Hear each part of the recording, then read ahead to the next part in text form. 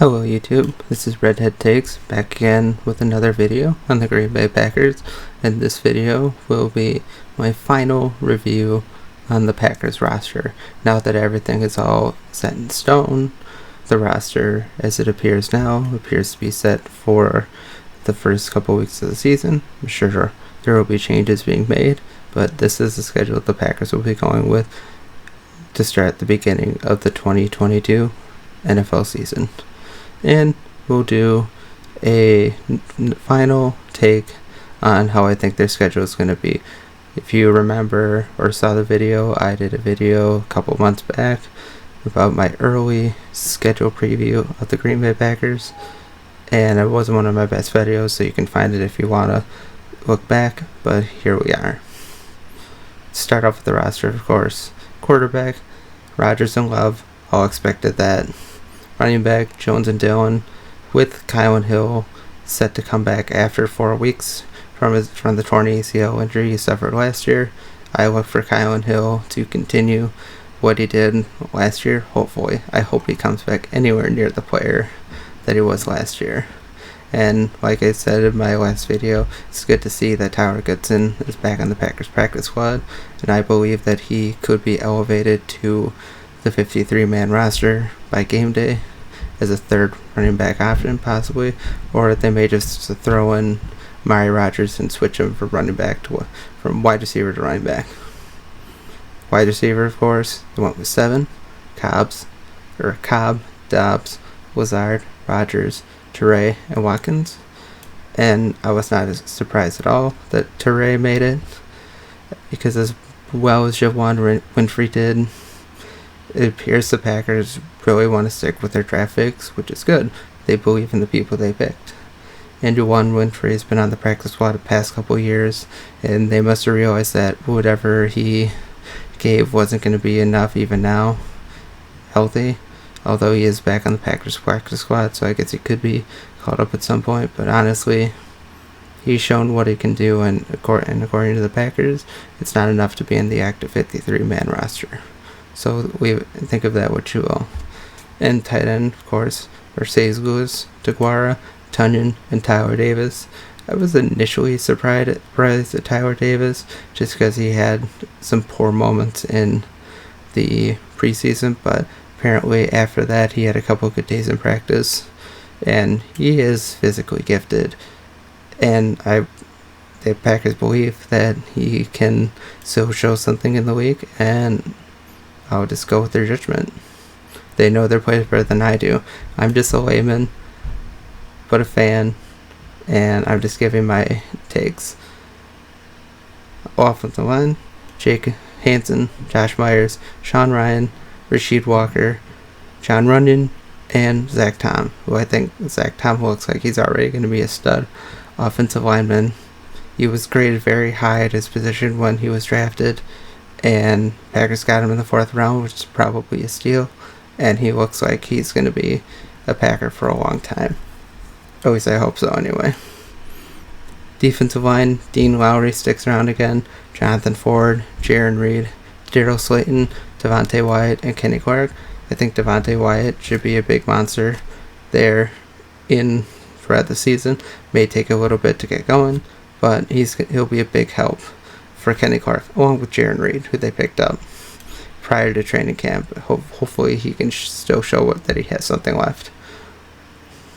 And then linebacker, Campbell, Preston Smith, Chris Barnes is back, Kinsley Barley, who showed some moments during the preseason, Tipa Galloway, Jonathan Garvin, Rashawn Gary, who I expect really big things. I think he's going to be a plus 10 sack artist this year for sure. Isaiah McDuffie, and Quay Walker, who may initially appear to be not making plays, but he's going to fill in just fine, and eventually he'll be a great linebacker for the Packers. He's already shown it throughout preseason. He hasn't had his name called for bad plays, and he's just done his job, which is what you expect of a rookie to do. Cornerback, Shire Alexander, of course, after his big contract, which he totally deserves. Him being back fully healthy will be a huge difference for the Packers. I mean, even last year when they they were still the top 10 defense of the league, and they had a bunch of defensive players that were out, like Shire being out, and then Za'Darius being out.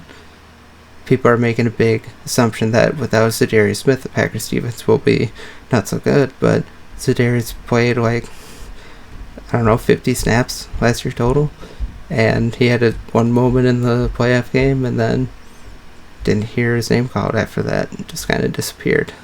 So I think the Packers defense will be even better than last year because they have players returning, and the defensive crop that they got in the draft looks great. And then defensive back, picking up Rudy Ford, who should be a great gunner on the special teams from what I've heard. Dallin Weavett, Keeson Nix, Darnell Savage, who hopefully he can prove it this year that he is worth a big contract next year. I have my doubts, but I think he can still show something. Trey Carpenter and Adrian Amos, who is just one of the most underrated defensive backs in the league. Never gets talked about, but he's been the real consistent piece of the Packers that they picked up in the last couple years. Doesn't get any credit, but he's always there. And then Pat O'Donnell, the punter. It was kind of a shame when Bojorquez was let go, but he wanted a big contract, and Pat O'Donnell still looks like he has something left in the tank and can still make good, consistent punting kicks. And then, of course, the old legend Mason Crosby back again for his 242nd straight start, hopefully in week 1. Hopefully he'll be back by then, which it seems like he should be. And he'll be another long-running Packer, one of the best that's done it in the last couple decades, but a kicker. One of the most consistent out there, and it's good to see him back. Now, looking from a crow's eye view of the roster, I think the Packers have a really good, talented roster here for sure. And that's not just a homer of me saying that. They look great. The players they look really good in the preseason. And it doesn't matter that they lost 2 games in the preseason. I mean, every year you have teams that go undefeated in the preseason. What happens? They still miss the playoffs. And the Packers only won 1, but they're probably going to be in the playoffs because of their division. Yeah, Vikings fans, Bears fans, Lions fans can complain, but Packers are clearly the number 1 team in the NFC North. I'm sorry. You have to get over that eventually. Just assume the little brother complex, because you always have it. Now, to go over the schedule. Week 1, Minnesota. While it'll probably be initially hard, it's a very hard game to gauge just because it's in Minnesota. And that's always one of the games where Packers fall apart. Well, last year there was that shitty call that allowed the Vikings to win last year. Vikings fans, you know it. You should not have won last year. Penalty that was not called. And, yeah. I still think they should win because, honestly, for the Vikings, just on a side note, Dalvin Cook looks to be great this year, but I think he is starting to show signs that he may be breaking down a little bit just because not because of the amount of injuries he suffered over the past couple of years. I mean, the past couple of years he's missed a couple games every year, but it's been a wide variety of injuries ever since he initially tore his ACL in the first season. And it's just one of those mounting problems that seems to happen for running backs once you get injured in the once or tear your ACL. Numerous problems seem to follow. So it's not a medical opinion, it's just from what I've seen, and could be true. Although Justin Jefferson looks to be great, but Jair Alexander is back, so we'll see how he does against Jair. And then should win against Chicago fine, and with that game should become the winningest team in NFL history. I think that's what there are only 2 games behind the Bears for most wins ever. And again, another notch in the Packers' belt for greatest team to ever play in the NFL. I'm sorry, it's just they have 13 world championships. I know they only have 4 Super Bowls, but I don't know why NFC or NFL championships get discounted.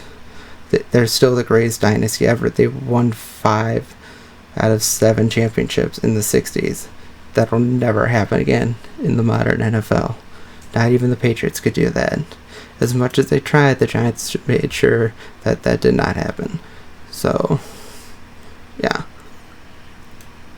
At the Buccaneers, I'm just going to say this is a loss just because I can't say the Packers are going to win every game, but they're going to lose. They're going to lose to the Buccaneers in Tampa just because the NFL loves Tampa Bay, love Tom Brady, and they'll do anything to make sure they beat the Packers. Whenever the Packers play Tom Brady, it's always the NFL for Tom Brady, whether it's a bad call or something like that. It always happens. And then the Patriots should be a win. Who knows? No. Yeah, who knows? It could be the last game Tom Brady or Aaron Rodgers plays the Patriots. And I think they'll win because I think the Patriots are going to have a down year this year. I don't see them making the playoffs, honestly. They lost a lot of talent on defense. And I like Mike Jones, but who knows if he'll continue to develop. Might be time to let Belichick go. And then they're playing at the Giants. I mean, it's technically a home game, but it's mainly a away game because it's in London. They should win because as high as I was on the Giants to potentially or start to make a step forward in my NFC East preview, which you can look at somewhere up here. They didn't look great throughout the preseason. Already lost offensive linemen, and yeah, it's going to be a rough year for the Giants. And then at home against the Jets, should be a win. Yeah, should be a win. And then at the Washington Commies, yeah, I'm calling them the Commies. Since Redskins is not allowed anymore, I'll call them the Commies because Commanders is so generic, and Commies is representative of what's in Washington, D.C. right now, especially in our government. Lots of commies out there. And then at the Bills, as much as I want to say this is a win, I think this is just one of those games that probably go down as a loss just because the Bills just look tip-top shape top to bottom. And probably by that time, Tre'Davious White should be back. Well, yeah, he should be back by then for sure. And Bills just look like an offensive power. So this is probably going to be a very high-scoring game between the Bills and the Packers. But in Buffalo, I just think the Buffalo edges that one out. And then at Lions, should be a win.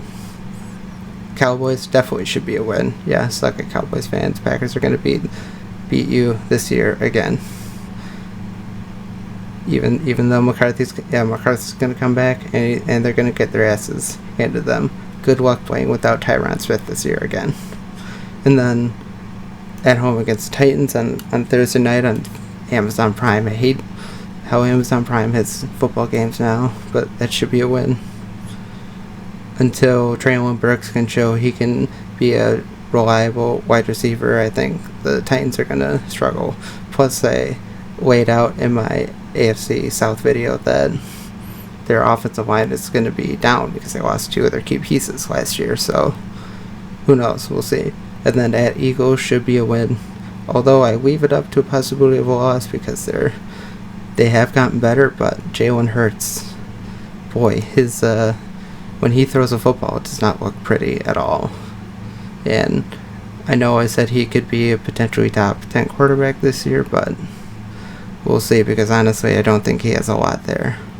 At Bears, again, should be a win. And then their bye week. Again, another late bye week. I hate late bye weeks like this. So after going through all those games, there's still more to go, but they play like 6 away games in 9 weeks. That seems totally unfair. And I know technically the Giants game is a home game, but it's in London, so it's a de facto away game. And then at home against the Rams, should be a really good game. I think they pull it out, but I could see that as a loss. Maybe I'll change my thoughts when I preview that game later in the season, but right now I'm going to say that's a win. And then they play at the Dolphins, which on paper they should win, but It's one of those late games. It's in Miami on Christmas Day. I don't know. Just seems like a trap game for the Packers, and they could lose, but honestly, I think they should win, but I'm going to put it down as a loss just because it's one of those trap games that the Packers always have every year. Doesn't change. And then at home against Vikings should be a win. Although it could be a loss whenever it's against the Vikings. It could always be a win or a loss just because it's competitive.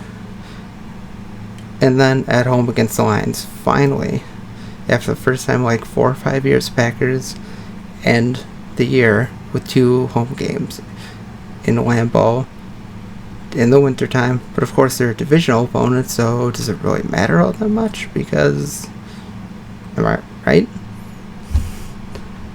They can't play other teams at the end of the year at home.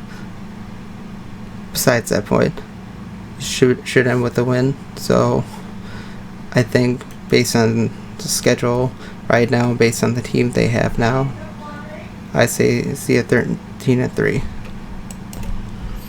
But yeah, as I was saying, 13-3. Packers 13-3, very likely. 12-4. Also, I mean not 13-3, 14-3. 14-3. And then possibly a 13-4. I'm so used to a 16-game schedule that I always get them confused. But right now, as I see it, 14-3. 14-3. And Packers should be the number 1 seed again. I don't see who is going to change that, but I'll leave that up to you to discuss in the comment section. As always, if you disagree with my opinions, you can talk to me in the discussion section or the other fine social media platforms that I'll have in the description. And as always, remember to hit the subscribe button. I've noticed that most of my videos that are seen by non-subscribers, so if you do like my videos, remember to give it a like, comment, and share it around. Please remember to hit that bell notification twice to get all my videos. And as always, have a great day, and God bless.